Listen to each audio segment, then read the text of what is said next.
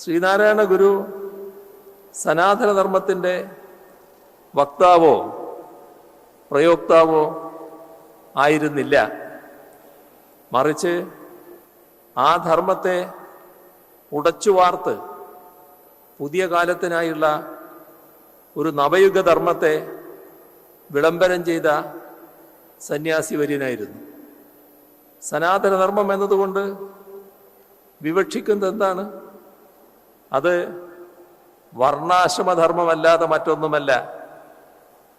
ആ വർണ്ണാശ്രമധർമ്മത്തെ വെല്ലുവിളിച്ചുകൊണ്ടും മറികടന്നുകൊണ്ടും കാലത്തിനൊത്തു നിൽക്കുന്നതാണ് ഗുരുവിൻ്റെ നവയുഗ മാനവിക ധർമ്മം.